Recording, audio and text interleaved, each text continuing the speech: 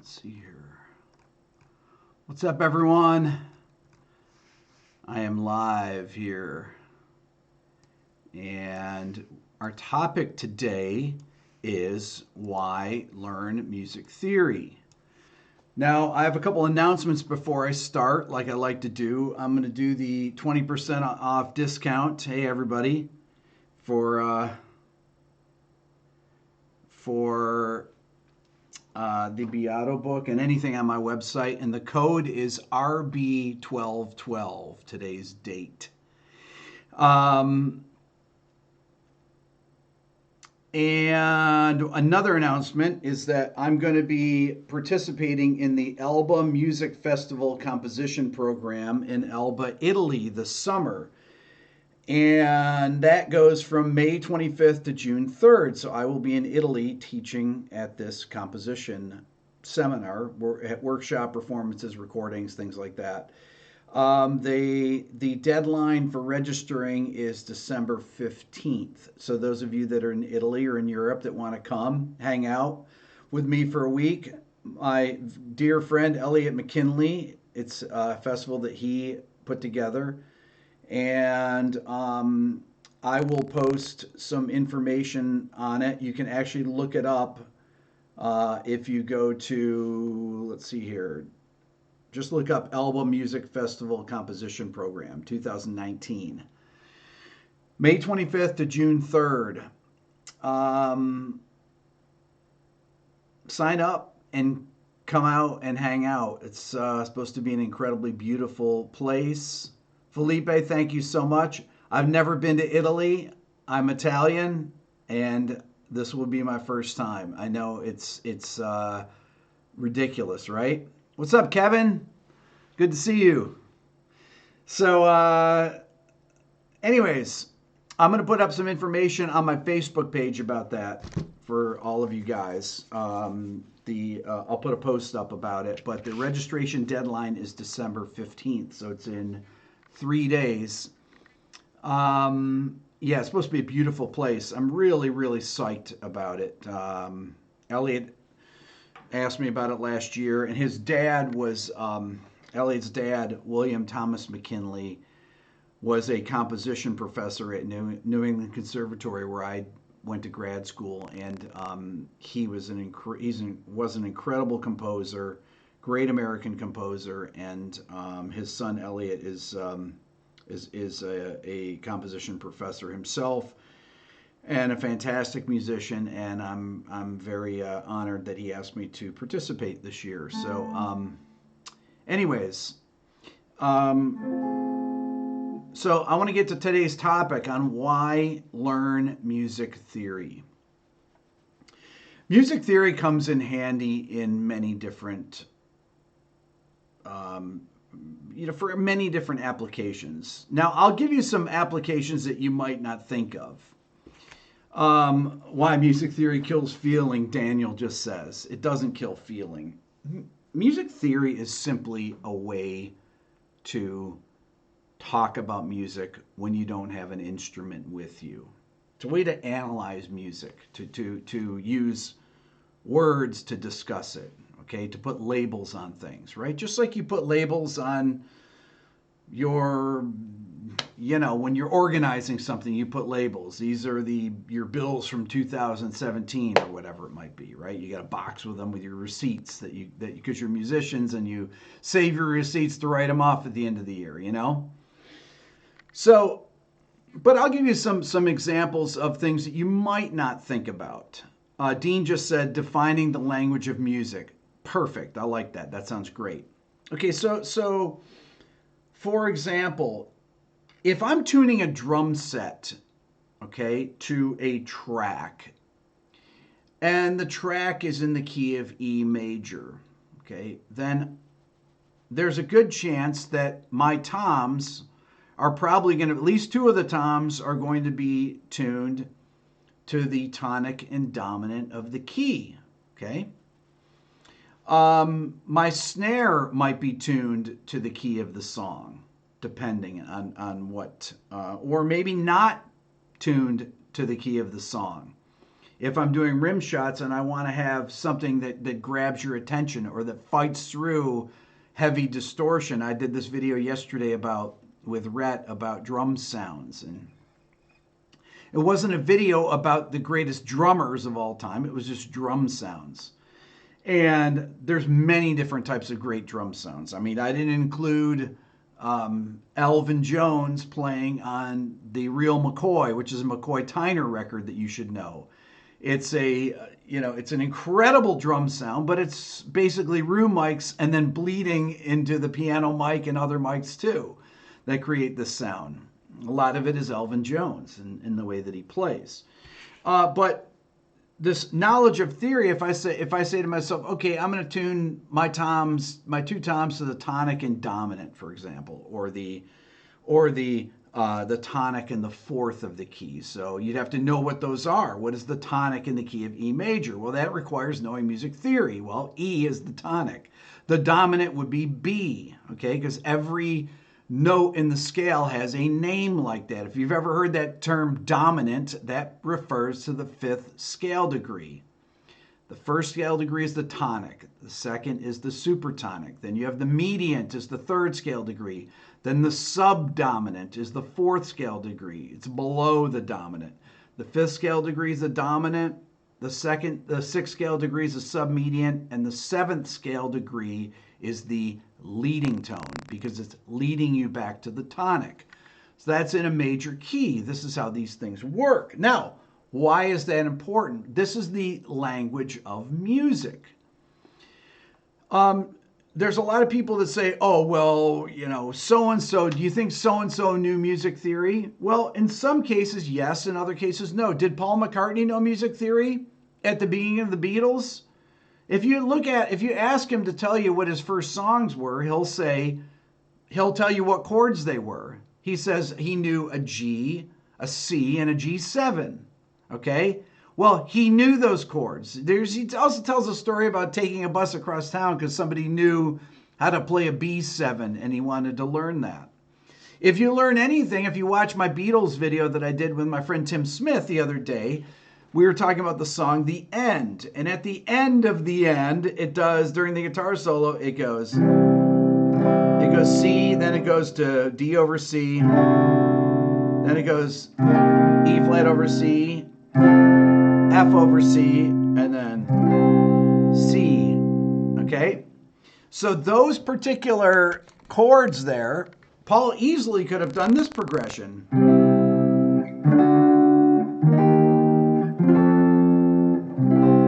But that would have been boring. So either he realized that note C sounds great by ear, but this is the last part of the Beatles. So you got to figure that Paul McCartney had spent 8 years with George Martin, who was a master arranger of orchestral music. And I guarantee you told him that, on that chord here, why don't you guys sing these 3 notes? Sing the notes F sharp, A, C in your harmony part. Now, I don't think that would be a natural thing for them to sing necessarily, unless George Martin went and played a D7 chord on the piano and showed him how there's a D7 or those notes.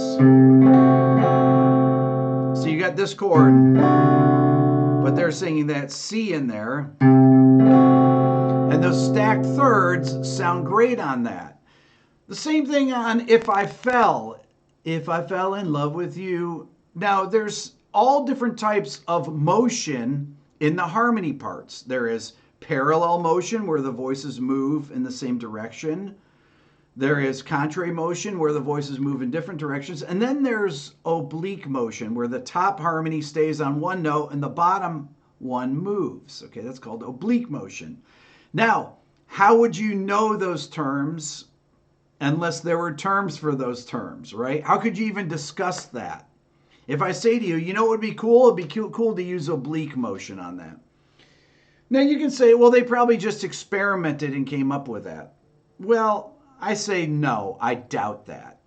Now, they were listening a lot to the Everly Brothers, and they did that a lot. But I guarantee you that George Martin said, you guys should try this. Hold on this note, Paul, and John, you sing that melody. Because they do that, there's so many key changes in it. If I fell in love with you, would you promise to be true and help me? Right there, you've got a tritone substitute. Right here. E flat minor. Help me understand, cause I've been in love with more than just holding hands. Now that has a bunch of key changes right there. But when they go, I'm trying to think of,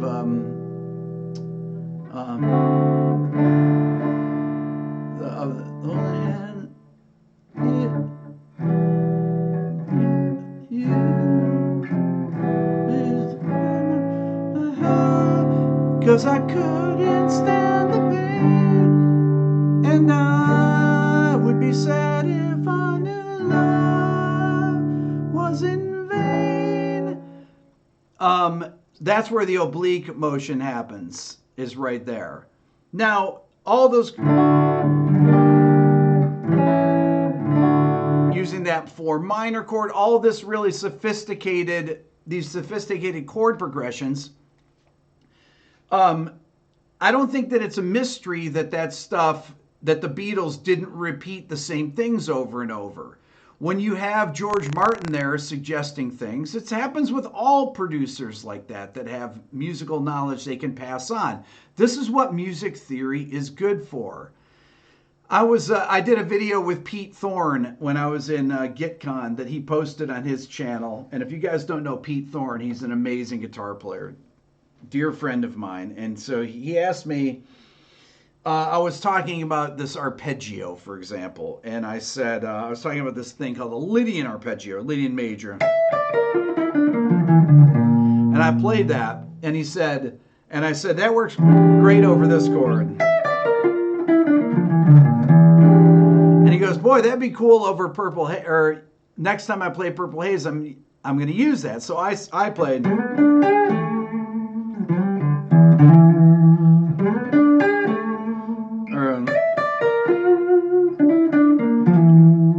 Right, so I'm using that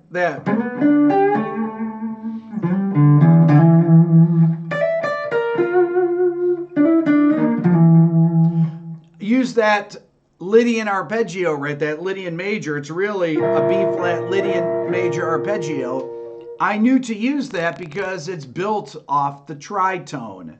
What is the tritone? The tritone is the flat 5, okay? So if you know one note, E, and you know the flat 5, right, is B flat, right? Right? That's the beginning of Purple Haze. Uses that tritone interval. Well, knowing that name enables you to explain what that interval is to somebody. So the more knowledge that you have, the more you're able to think of things that might not come to mind. As a matter of fact, you can think of things right off the cuff that you've never done before because of that. Now, does that mean that that theory is stilting your ability? No. It's actually expanding your ability and your knowledge base, okay? So when you go to Nashville and you sit in on a songwriters session, songwriters do demos every couple months. And what they do is they will book a 3-hour block at a demo studio. A demo studio in Nashville will consist of usually 4 different 3-hour blocks with the same group of players. Okay, you'll have, thank you, Felipe. I'm not using my Kemper now. By the way, I have Kemper profiles for sale. If you guys saw my book, I'm going to be profiling all of my amps, but they're for sale on flat5.com. Aaron is moderating here. He can tell you where they are if you guys are Kemper users. So I'm actually using a real amp. I don't own a Kemper, actually. That's my assistant Ken's, so we're doing the project together. So if you are in one of these demo sessions, okay, you're one of the guys. You typically will have 2 guitar players, a keyboard player, maybe a mandolin banjo guy that will go between both, a drummer and a bass player, okay? So the people will come in, and typically you'll have one songwriter that'll be leading the session. He comes in, and then when he co-writes with people, they'll come in on half-hour blocks. So 2 guys will come in along with the main songwriter on the first block. They'll be there for a half hour. They play a demo for the leader of the session. The session leader quickly writes down the using the Nashville number system what the chord progression is. He might write down 4, 1, 6, 5. That means if you're in the key of C, right, the 4 chord is F, the 1 chord is C, the 6 chord is A minor, and the 5 chord is G. How do you know that? Because you know music theory, and every guy that plays in Nashville knows music theory. They know the Nashville numbering system. What's up, Levi? The man. Levi, I need to call you about something. Hit me back later. I got a project for you. Levi Clay, subscribe to Levi's YouTube channel. It's awesome. So everybody in Nashville knows the Nashville numbering system. It's simply just the numbering system that you use in classical music, but they use actual Arabic numerals as opposed to Roman numerals, okay? In order to know that, you have to know what each chord is in every key. So in order to know that, you got to know the circle of fifths, and you got to know what notes are in every key. This is basic music theory knowledge that everyone needs to know, okay? So if I take that idea, right, I draw a circle. Up at the top of my circle, I have C. I make it look like a clock because there's 12 keys. C, G, D, A, E, B, F sharp, G flat. Okay, this is where you start going in a flat direction.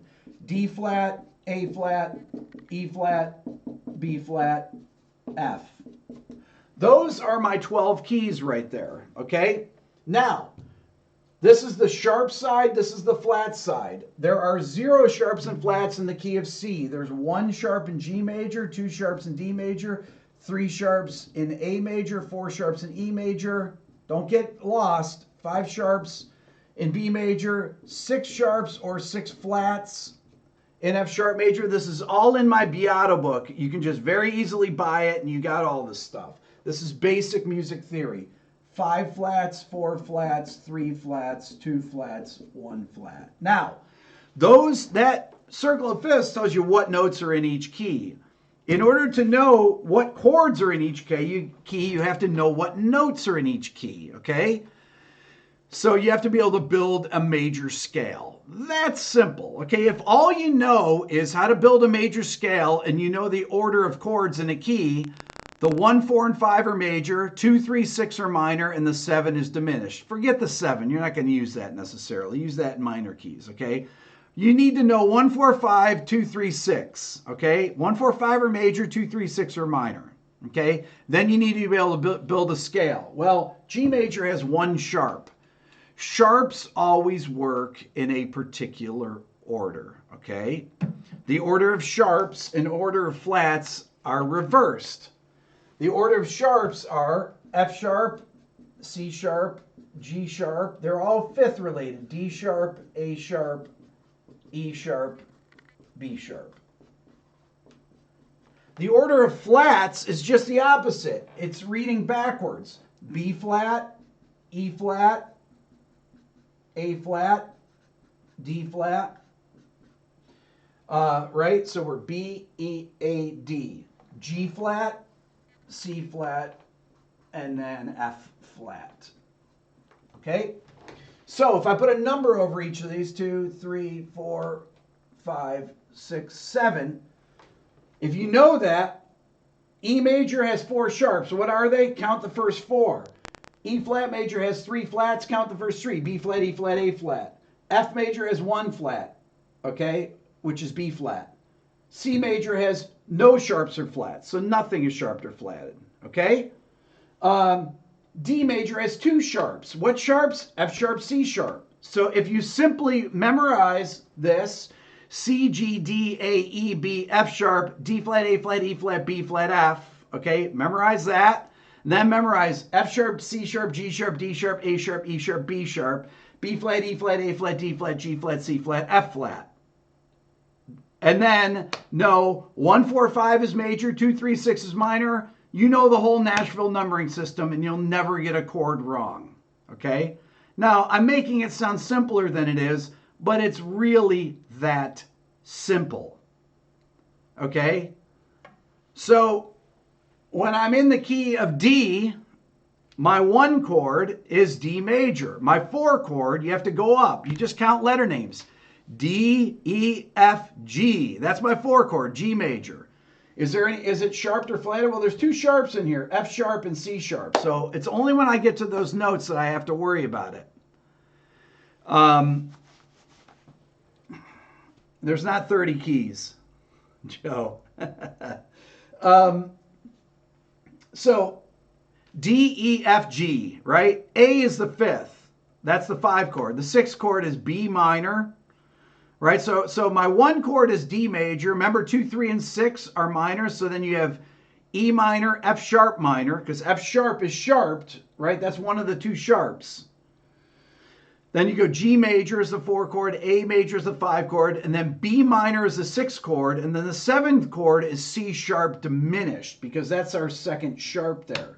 So the first thing you do is you build the scale, and then you put the Roman numerals under it. You build the scale, okay? So if I build an A major scale, I'll just write out the letter names. A, B, C, D, E, F, G. Then I fill in what notes are sharped or flatted. It has 3 sharps. What are the 3 sharps? F sharp, C sharp, G sharp. F sharp, C sharp, G sharp. There's my A major scale, okay? Then 1, 4, and 5 are major. So 1, 4, I'm using capital Roman numerals for that. 2, 3, and 6 are minor, so use lowercase Roman numerals for that. 2, 3, 6.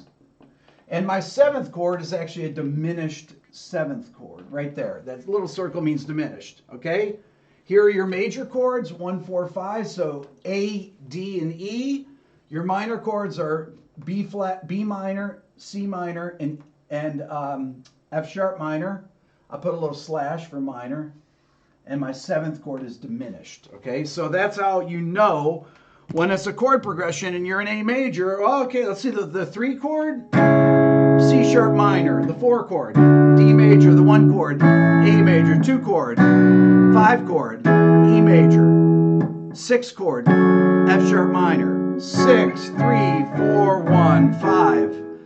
Okay, so all the guys in Nashville know this stuff, boom, instantly. That's it. They know that. Every guy in Nashville that plays a session, you don't even have to be very good. That's just basic music theory that everyone needs to know. What notes are in every major key, are sharped or flatted, and what the chords are on each scale degree. Okay? Once again, 1, 4, and 5, like the blues, are major. 2, 3, and 6 are minor, and your 7th chord is diminished. Okay? Now, that is how you convey musical ideas to people. So, I'm a session guy. I get my chart from the session leader, and the song is 4-1-6-5, right? Like every Nashville song. So I know that it's going to be D, A, F sharp minor, E, okay?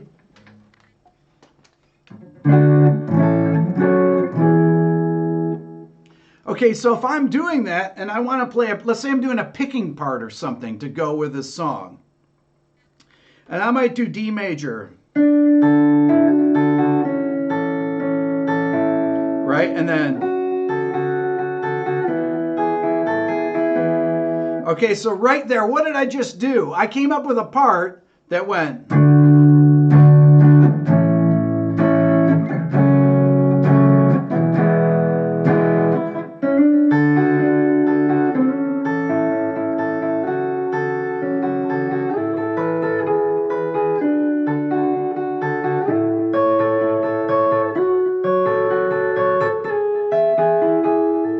Okay, right there, I'm making up a part because I know what those chords are. I know where they are on here.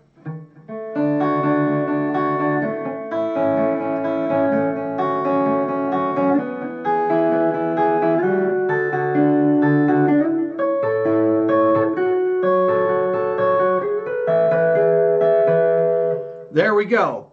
Okay, I'm a session player now.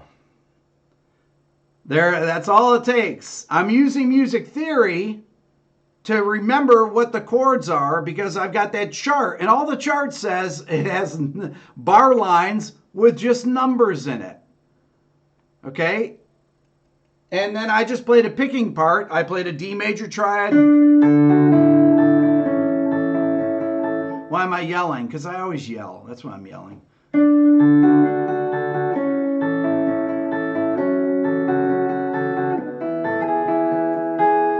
So right there would be maybe a part that you play in the chorus. I put in a couple sus chords and things like that. And it sounds cool. So this is why music theory is important. It's a way to communicate with other musicians and to play things that you may never have played before. So you get your chord chart. Now, it starts to get tricky if you have, I like this. Rowie just said he's not yelling, he's Italian. That's exactly right. So it starts to get a little tricky when you have chords, borrowed chords from other keys, okay? And one of the things with having borrowed chords is that it gets a little bit more confusing. So sometimes you might say 1 to 3 major to 4 major to 4 minor to 1. What's up, Peter? We're yelling because we're Sicilian. Exactly. That's actually more. I am Sicilian, so that's actually more correct there. So 1 major 3, and people will delineate that. Okay, so that would be the tune, Radiohead, right, or the Hollies, or whatever, or Lana Del Rey, right? I did a video on it. So I'm going 1 to 3 major. Normally 3 would be minor. Okay, if I'm in A, normally 3 would be C sharp minor. But in this case, then I go to 4 major, then I go to 4 minor. 4 minor would be D minor because 4 is major and in major key. Okay, somebody asked, what about minor keys? Okay, minor keys work this way. Natural minor, you start on the 6th chord and that becomes the 1 chord. So that would be 1, 2, 3, 4, 5, 6, 7. It's that simple. You just reorder them. Everything works like that, okay? I'll tell you another thing that works like that. Modes work like this, okay? Modes go with each scale degree, okay? If I have, this is the really easy explainer. It's all in my book for reference, which you can get 20% off today, RB 1212, okay? But in the first few pages, I go over this basic theory. The book is 461 pages, but it starts out with the simplest things, like talking about intervals and how to build, how keys what notes are in each key and things like that. If you have a major key, C major, okay, so I've got 1, 2 is minor, 3 is minor, 4 is major, 5 is major, 6 is minor, and 7 is diminished, okay? So I'm going to put a capital Roman numeral there. There's 1, 4, 5. Those are major ones. So C major, F major, G major. 2, 3, and 6 are minor. So I use lowercase Roman numerals on those. And the 7 is minor with a circle, which means diminished. That's a diminished triad here. That's B diminished. Now, here's how modes work. Their modes go in a particular order. Ionian, Dorian, Phrygian, Lydian, Mixed Lydian, Aeolian, Locrian. Okay? You can think of it like it's a subset of a major key. Okay? Ionian. So in the key of C, you play C Ionian on the 1 chord. Ionian. On the 2 chord, you play Dorian. Dorian. So D Dorian are all the notes of C major. It's a subset of it. E Phrygian. Whoops, I got to write it sideways. It's hard to write sideways. D or F Lydian is the 4th mode. Modes always go in the same order. Mixolydian. Aeolian is the 6th mode. And then Locrian is the 7th mode, okay? You have to memorize the modes in order. Ionian, Dorian, Phrygian, Lydian, Mixolydian, Aeolian, Locrian, okay? They always move that way. They never change. Ionian goes with a 1 chord. Lydian goes with a 4 chord. Mixolydian goes with a 5 chord. So if I were to play the same progression, 4, 1, 6, 5 in the key of C, I would have the notes, or the chords, F, I'll put a little bar line, C, 6 is going to be A minor, minus is minor, G, okay? There's my progression, 4, 1, 6, 5, okay? This is the 4 chord. So this would be F Lydian to C Ionian to A Aeolian to G Mixolydian. But then you say, well, Rick, why do I need to know that? It's just all C major. Well, you're right. It is all C major. Modes come in handy when you have things that are unrelated or you're working on something like films composing or something, right? If I'm composing a film score and I want a heroic sound or uplifting. Thank you, Marshall. The 7th chord is half diminished only if it's a 7th chord, meaning if it's a 4-note chord, 4/3. If it's a triad, it's diminished. Okay, so if I have a Lydian voicing, right? So let's say I have C Lydian.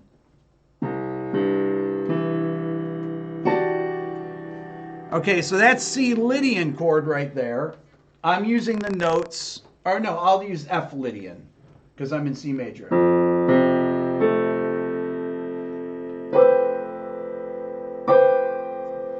Okay, thank you, Raul, appreciate that. That would be an F Lydian voicing, okay? That would be, if I want to create something, or if I did this. Any of you remember this? This.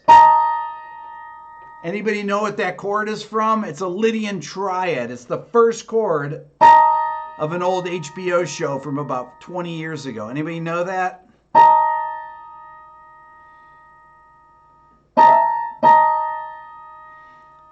I know there's a delay here. I want to see the first person that gets this. Anybody recognize that chord? I'm going to wait. I'm going to wait. Thank you. Shazesta. I don't even know how to pronounce that. Okay, I'm going to wait to see if anyone comes up. 6 Feet Under, yes. YouTube is gay, guy, girl, whoever. 6 Feet Under. That's right. 6 Feet Under, that is the 1st chord. Thomas Newman wrote the theme to that. And he talks about it. There's a cool little video. This is like a 10-second thing. And he talks about he thought of a raised 4th. And he just came up with that chord because that sounds heroic or otherworldly to him. Lydian does, okay? Every mode has its own sound. You'll hear, a lot of rock tunes will use Mixolydian, for example. Where the melody will be. I'll give you one. Here's a great Mixolydian song.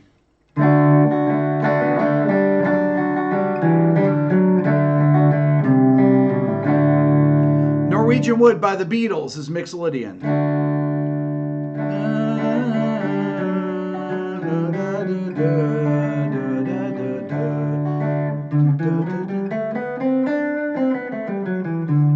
Okay, that is a Mixolydian melody. It's based on a D, okay?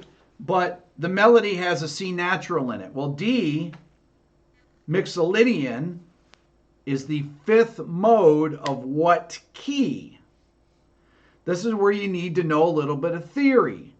D Mixolydian is the fifth mode of G major. Okay? I gotta block some idiot here. There we go. Boom! So this is how this works. Okay, so some songs are actually modal. They have modal melodies. Does it matter? AC/DC uses a lot of Mixolydian. Manuel just said that. Exactly. Every one of these things here has a sound. Every mode has a sound. Okay, if I play this, a chord like this,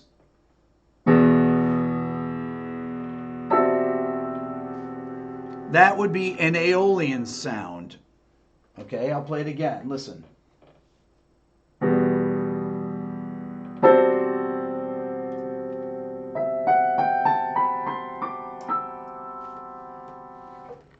That sound, you hear that? Aeolian, it's dark, it's beautiful, it's brooding. It has a flat six in it. It has a certain it has a totally different feel than Lydian does. Lydian is uplifting, otherworldly. Aeolian is dark. When you hear people that write Aeolian melodies, I think of Tool, Maynard, right? Or you'll hear things that are Phrygian. Phrygian's even darker because it has that flat six in it like Aeolian, but it also has the flat two. That's why a lot of metal, a lot of gent, progressive metal, Metallica, I mean, any kind of metal has a lot of flat two chords in it, right? And that's because that flat two wants to pull down to the one. It's dark. That flat six, the flat two are dark because the flat six wants to pull down to the fifth. The flat two wants to pull down to the tonic, okay? So the flat six wants to pull down to the dominant. The flat two wants to pull down to the tonic. This is why music theory is important. Thank you, everybody here, for all those donations. Really appreciate that. Elliot, I did a shout out for the festival and I'm going to do it again with 966 people here. Elba Music Festival Composition Program. I'm going to be in Italy, in Elba, Italy, for the week of May 25th through June 3rd. You can sign up. I'm going to put a link on my Facebook, but Elliot was kind enough to invite me to this, and any of you that are in Europe, sign up and come and hang out for a week. We're going to have a blast. HK says, what scale do you use for playing over temporary augmented chords like in a Lennon song? Okay. Augmented chords, they actually can function in a lot of different ways. You have augmented chords, for example, if you could take a straight augmented chord. Here's a funny example of it. Baby, hold on to me. Whatever will be, will be. You guys know that song? That's an old song. I laugh about that. That's a great use of an augmented chord. Baby, hold on to me. You hear augmented chords,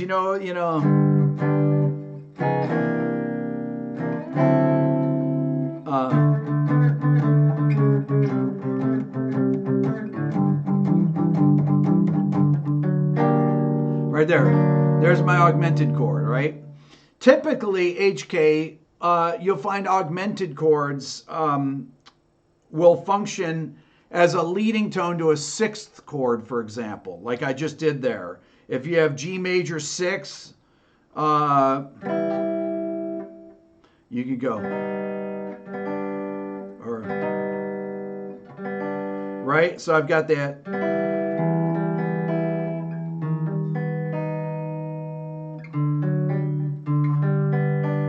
So I used that augmented as a passing chord. So I did E minor to D sharp augmented to G major,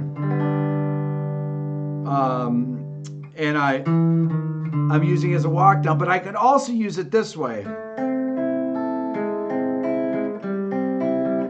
The second chord, A minor,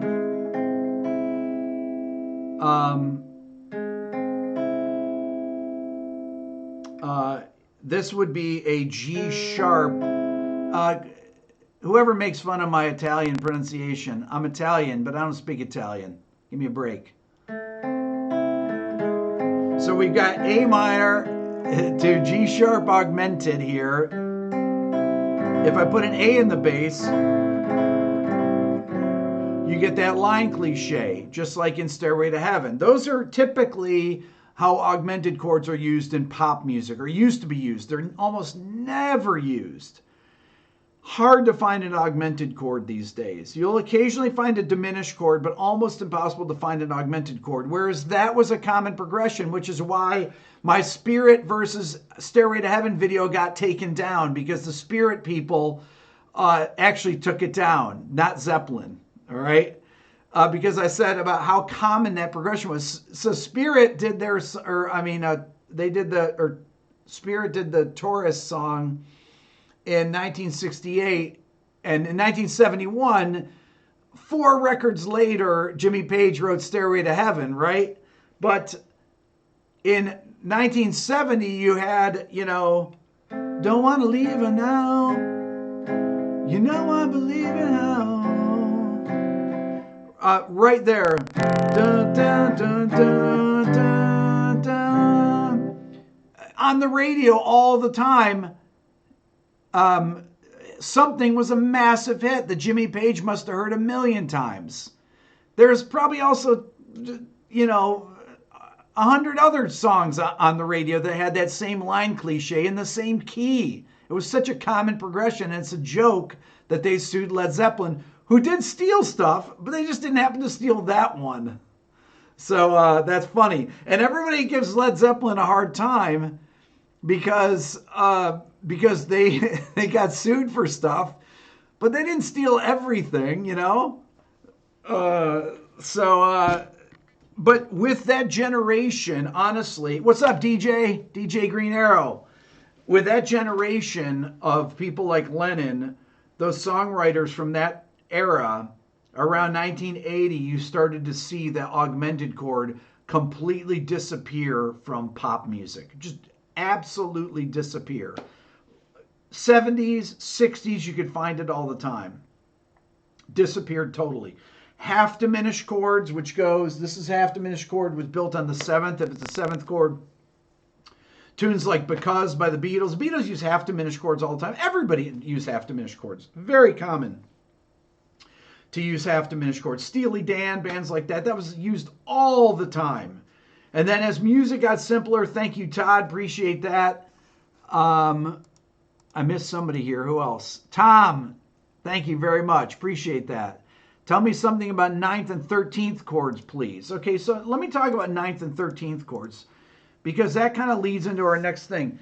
These chords here, these triads, can be extended by putting a 7th on top of them. So the way you do that is this. And the modes work the same way on them. Okay.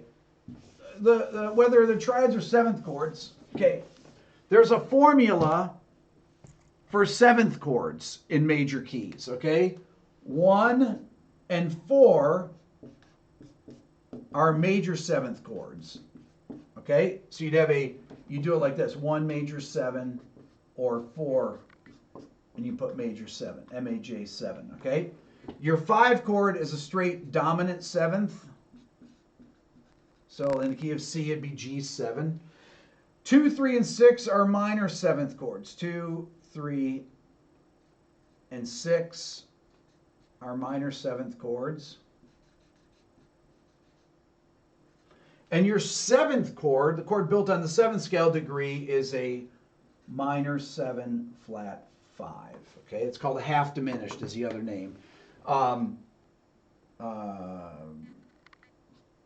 You can do that, you can do a slash through that, or I will call it a minor 7 flat 5, like this.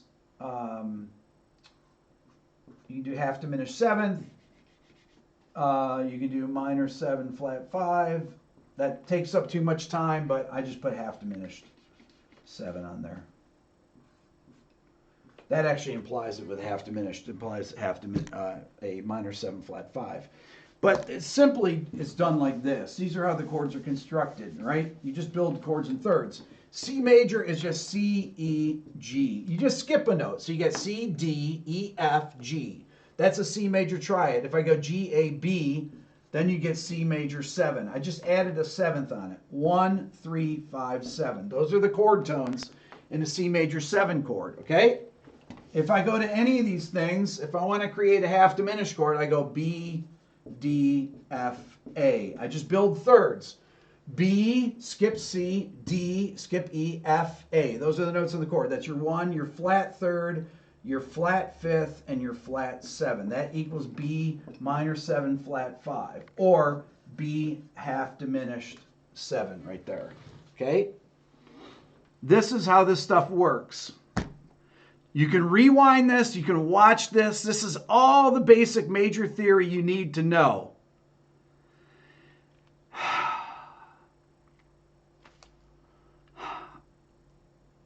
Okay. It can't be this complicated. It's not this complicated. This is actually very, very basic.